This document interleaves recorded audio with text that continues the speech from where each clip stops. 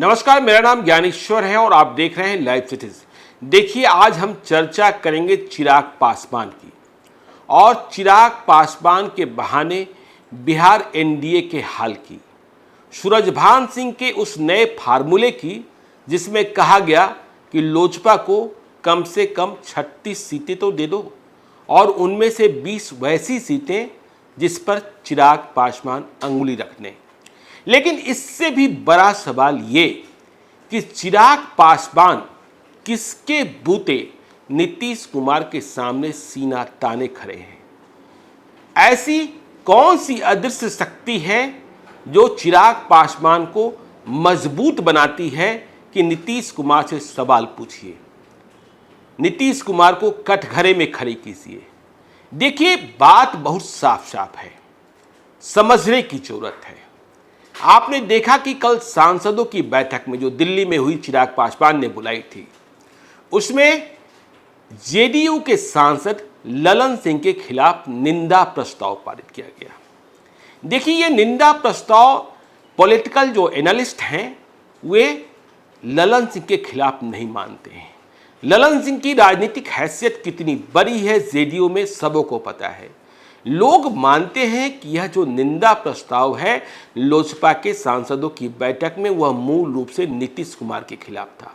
लेकिन political analyst इसके साथ यह भी मानते हैं कि चिराग पासवान कहीं जाने वाले नहीं हैं। आखिरी वक्त में फार्मूला निकल जाएगा और गठबंधन बना रहेगा। हालांकि चिराग पासवान 143 सीटों पर चुनाव की तैयारी कर रहे हैं, यह भी सत्य है। आज यह बात भी सामने आई कि वे कुछ पत्रकारों को भी चुनाव लड़ाना चाहते हैं, लेकिन ये पत्रकार कौन है नहीं पता। खैर, हम उस अदृश्य शक्ति की बात कर रहे थे जिनके बूते चिराग पासवान सीना ताने खड़े दिखते हैं। देखिए, कल बैठक थी, कल दिन में 2 बजे। इसके पहले चिराग पासवान मंगलवार की रात को 11 बजे, समय नोट कीजिए, रात को 11 बजे बीजेपी के नेशनल प्रेसिडेंट जेपी नड्डा से मिलते हैं। देखिए, जेपी नड्डा की जितनी बड़ी हैसियत है, जितना बड़ा पद है, देश की सबसे बड़े राजनीतिक पार्टी के नेशनल प्रेसिडेंट जेपी नड्डा। यदि आप बीजेपी की बात करें तो नंबर 1 नरेंद्र मोदी, नंबर 2 अमित शाह और नंबर 3 जेपी नड्डा। तो जेपी नड्डा रात को 11 बजे मिलने का समय देते हैं चिराग पासवान को। बातचीत लंबी होती है और इस बातचीत के बाद अगले दिन की बैठक में चिराग पासवान जो सांसदों की बैठक बुलाते हैं, उस पर नीतीश कुमार के काम पर सवाल उठता है, नीतीश कुमार के फैसलों पर सवाल उठता है, नीतीश कुमार ने क्या क्या नहीं किया इस पर चर्चा होती है। और पूर्व सांसद काली पांडे इतना तक कह देते हैं कि बिहार में जेडीयू के खिलाफ चुनाव लड़ने का वक्त है। तो देखिए, समझने की जरूरत है, जेपी नड्डा ने क्या मना किया? मुझे लगता है मना नहीं किया गया। चिराग पासवान को भाजपा के किसी नेता ने आज तक मना किया? मुझे लगता है किसी ने मना नहीं किया। किसी ने नहीं कहा कि आप नीतीश कुमार पर सवाल मत उठाइए। पॉलिटिकल एनालिस्ट भी मानते हैं कि यदि अमित शाह और जेपी नड्डा ने चिराग पासवान को मना कर दिया होता साफ साफ, तो वे सवाल उठाना बंद कर देते, क्योंकि चिराग पासवान भी मान रहे हैं कि बीजेपी के काम अच्छे हैं, नरेंद्र मोदी का नेतृत्व अच्छा है और भाजपा के लिए हम सब कुछ करने को तैयार हैं। चिराग पासवान ने तो यहां तक कहा जेपी नड्डा को कि बिहार में बीजेपी को जेडीयू से अधिक सीटों पर चुनाव लड़ना चाहिए, जो वर्तमान सूरत में मुमकिन नहीं दिखता है, क्योंकि अमित शाह पहले ही मान चुके हैं कि बिहार में चुनाव नीतीश कुमार के नेतृत्व में लड़ा जाएगा और सीटों की संख्या भी अधिक होगी। अब सीटें कितनी होंगी, क्या होगी, अधिक होगी, कम होगी, ये पेच फंसा हुआ है। आप भाजपा के किसी भी नेता को, ललन सिंह भले बोल गए, केसी त्यागी भले बोल गए, दूसरे नेताओं ने भी टिप्पणी कर दी, लेकिन भाजपा के एक भी नेता को, चाहे वो किसी भी स्तर के हों, आपने चिराग पासवान पर टिप्पणी करते हुए नहीं सुना होगा। चिराग पासवान के खिलाफ ट्वीट करते नहीं सुना होगा। तो ये जो खिलाफ नहीं बोलना, जो नीतीश कुमार के सबसे पसंदीदा हैं बिहार में भाजपा के, वे भी नहीं बोलते हैं चिराग पासवान के खिलाफ, नीतीश कुमार के लिए बैटिंग नहीं करते हैं। तो साफ तौर पर कुछ सिग्नल्स हैं और इस सिग्नल्स के पीछे राजनीति है, गहरी राजनीति है। देखिए, भाजपा को भी यह बात शायद अच्छी नहीं लग रही है कि उनकी सीटों पर, वैसी सीटों पर जिन पर लंबे अरसे तक भाजपा लड़ती रही है, सिवाय 2015 में जब महागठबंधन उधर बन गया था, नीतीश कुमार उधर थे, भाजपा फिर भी लड़ी और चुनाव हार गई। तो 2015 की हार को भाजपा अपने खाते से सीट गवा देना कबूल करने को तैयार नहीं है। लेकिन जेडीयू क्या कर रहा है? जेडीयू उन सीटों के लिए आरजेडी के विधायकों को तोड़ कर ला रहा है। अब देखिए, सासाराम, पालीगंज, पातेपुर, भोरे ऐसी सीटें हैं जहां लंबे अरसे से भाजपा लड़ती रही, लेकिन अब वहां आरजेडी से विधायक तोड़कर ले आए गए हैं। यह बात कबूल नहीं, और यह बात भाजपा को भी अच्छी नहीं लग रही नेतृत्व के सवाल पर भी।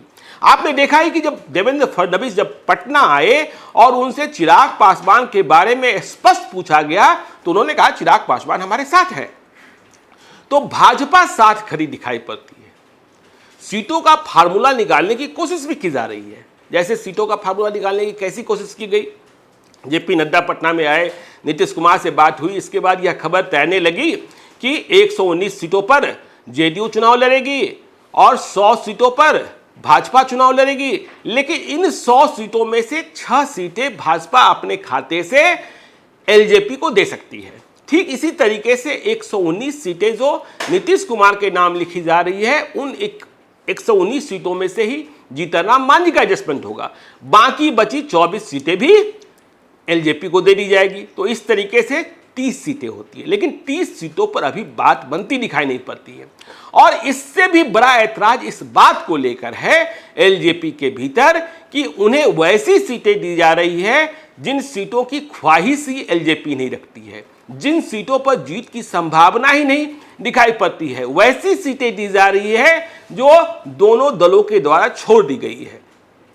तो आज देखिए, सूरजभान सिंह ने एक नया फार्मूला दे दिया और साथ में चेता भी दिया। सूरजभान सिंह अब तक चुप रहते थे।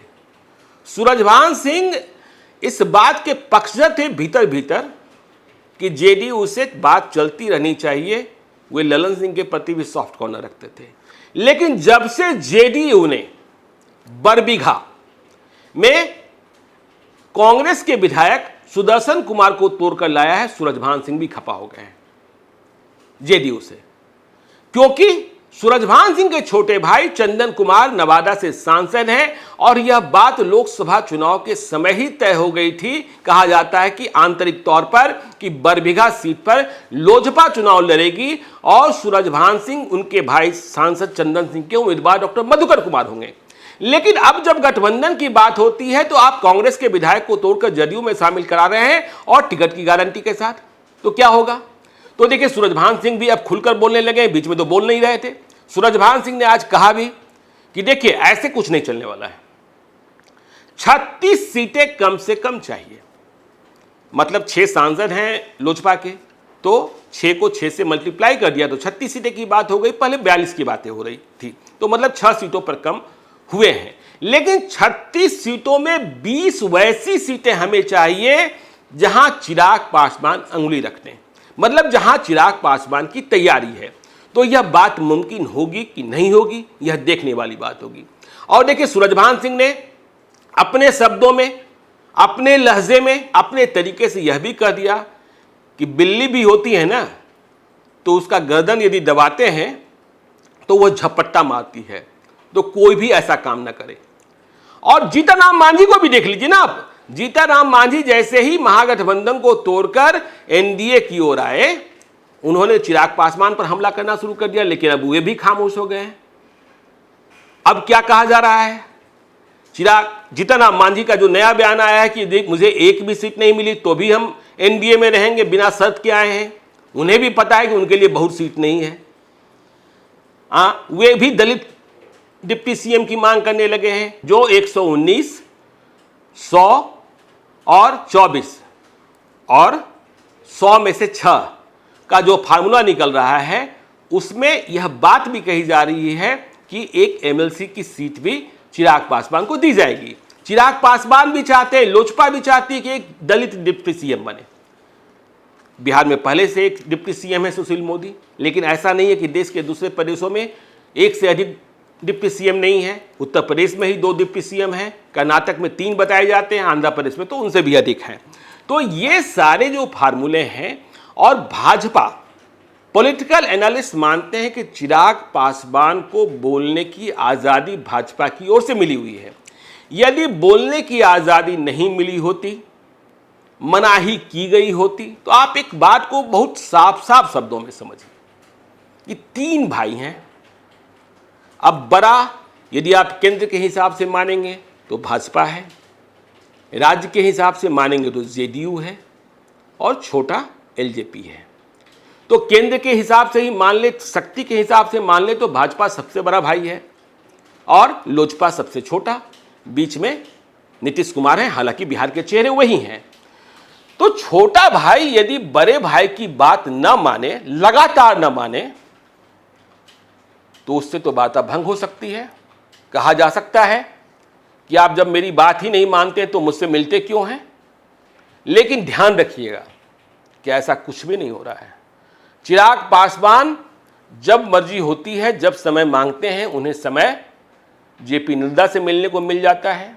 अमित शाह से भी मिला हुआ था, लेकिन उनकी तबीयत खराब हो गई, और वे जब एम्स जा रहे थे उसके पहले दोनों की टेलीफोन पर बातचीत हुई।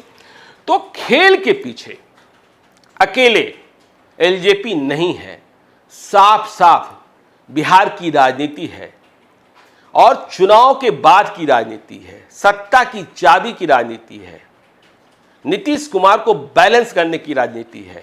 इसलिए आने वाले कुछ दिनों में बहुत कुछ होने वाला है। देखते रहिए लाइव सिटीज को। यदि अब तक आपने हमारे यूट्यूब चैनल को सब्सक्राइब नहीं किया है तो जरूर कर लीजिएगा, और यदि इस वीडियो को आप फेसबुक के माध्यम से देख रहे हैं तो पेज को लाइक कीजिएगा, ट्विटर पर भी हमें फॉलो कीजिए। धन्यवाद।